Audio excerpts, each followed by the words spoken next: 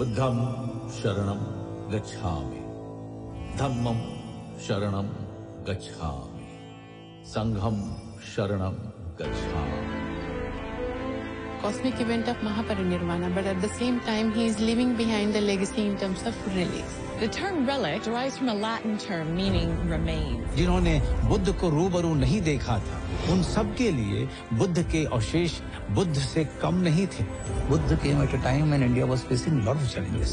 अब ये तो तय है कि बुद्ध का महापरिनिर्वाण होगा. कि वो स्वयं कहते हैं कि मैं चाहूँ तो अनंत काल तक जी सकता हूँ. रेलिक्स थे, उसको कलेक्ट करके एक जार में श्रीनगर के लोगों ने रखा. बुद्ध अपने समय के क्रांतिकारी थे और उनकी क्रांति इतनी बड़ी थी कि आज भी वो मनुष्यता को प्रभावित कर रहा है. It's an inspirational story.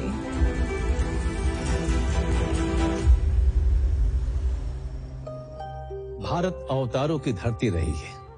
जाने कितने देवता, ऋषि मुनि, राजा, महाराजा और विद्वान इस धरती पर आए और अपने जीवन और विचारों से इसे संपन्न बनाया. लेकिन इस धरती पर चली आ रही ज्ञान, विज्ञान, धर्म और संस्कृति की धारा को मोड़ देने वाले वे पहले युग पुरुष हुए. उन्होंने जन्म इंसानों का लिया था, पदवी उन्हें महात्मा की मिली और सम्मान और दर्जा उन्हें भगवान का मिला. जी हाँ, सही समझे आप, मैं महात्मा बुद्ध की बात कर रहा हूं.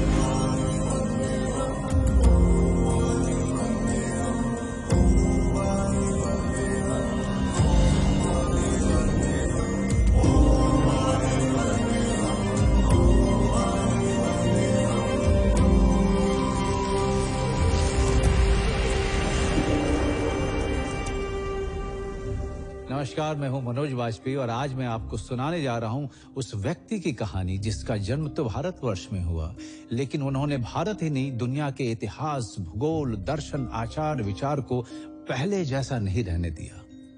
महात्मा बुद्ध ज्ञान और विचार की ऐसी मशाल बन के उभरे कि सिर्फ भारत तक सीमित नहीं रहे.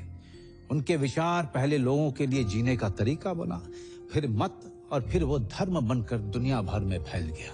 Extraordinary circumstances which is challenging the society, there comes an extraordinary personality who gives a new direction to the society and history is created.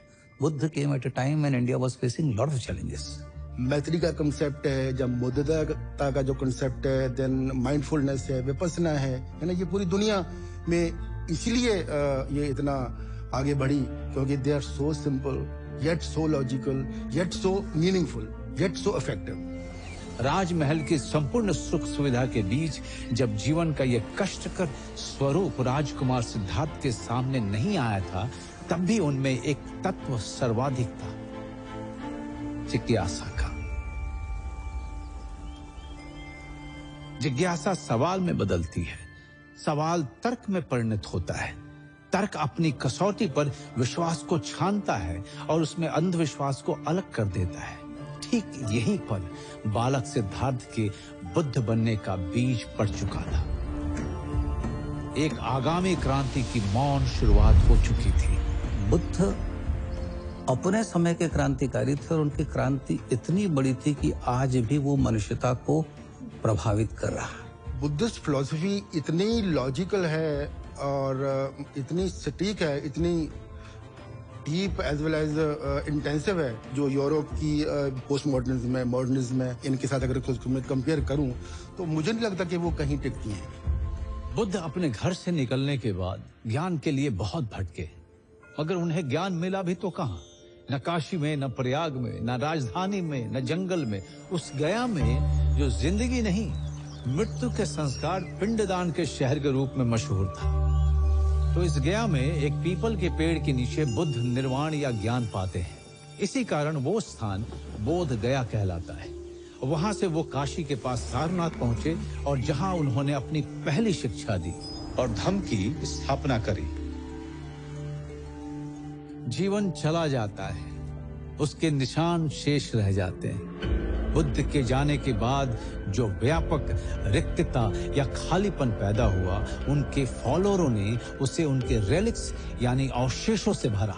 जिन्होंने बुद्ध को रूबरू नहीं देखा था या जिन जगहों पर बुद्ध जा नहीं पाए थे, उन सब के लिए बुद्ध के अवशेष बुद्ध से कम नहीं थे। बुद्ध के 3 तरह के अवशेष मिलते हैं। पहला शारीरिक यानी बॉडीली रेलिक्स, इसमें बुद्ध के शरीर की राख या उनके बचे हुए अंग आते हैं। दूसरा पारिभौगिक यानी कॉन्टैक्ट रेलिक्स, और तीसरा उद्देश्य या धम्म रेलिक्स। यहां प्रश्न यह भी उठता है कि जिस बुद्ध ने जीवन भर त्याग किया, राजपाट छोड़ा, परिवार छोड़ा, वे शिष्यों को अपने अवशेषों के संग्रह और उसके दर्शन के बंदोबस्त का निर्देश क्यों दे रहे हैं? असल में यही सवाल हमें भी इस कहानी तक लेके आई है। बात तब की है जब बुद्ध 80 साल के हो चुके थे। वे जीवन भर गतिमान रहे, जड़ नहीं रहे। ऐसे में यह कहां संभव था कि वो बैठे बिठाए महापरिनिर्वाण को प्राप्त होते हैं? दुनिया अभी इससे अनजान थी, पर उन्हें यह मालूम था कि ये उनके जीवन की आखिरी यात्रा है। आनंद का रोल बुद्ध के जीवन में, उनके जीवन के आखिरी क्षणों में बहुत महत्वपूर्ण हो जाता है। उनकी लास्ट जर्नी में उनका मेंशन आता है बहुत प्रोमिनेंटली, और वो इस कॉन्टेक्स्ट में भी आता है कि वो सबसे आखिरी उनके बुद्ध के शिष्य थे जिन्होंने अरहतशिप, जिनको एनलाइटनमेंट प्राप्त हुआ था। आनंद और भगवान का संबंध कैसा है? उपस्थाक यानी पर्सनल अटेंडेंट।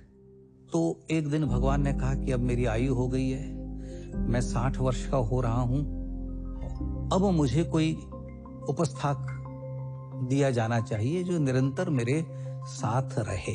एक एक कर सभी भिक्षु खड़े होते हैं और कहते, भगवान मैं आपका उपस्थाक बनूंगा।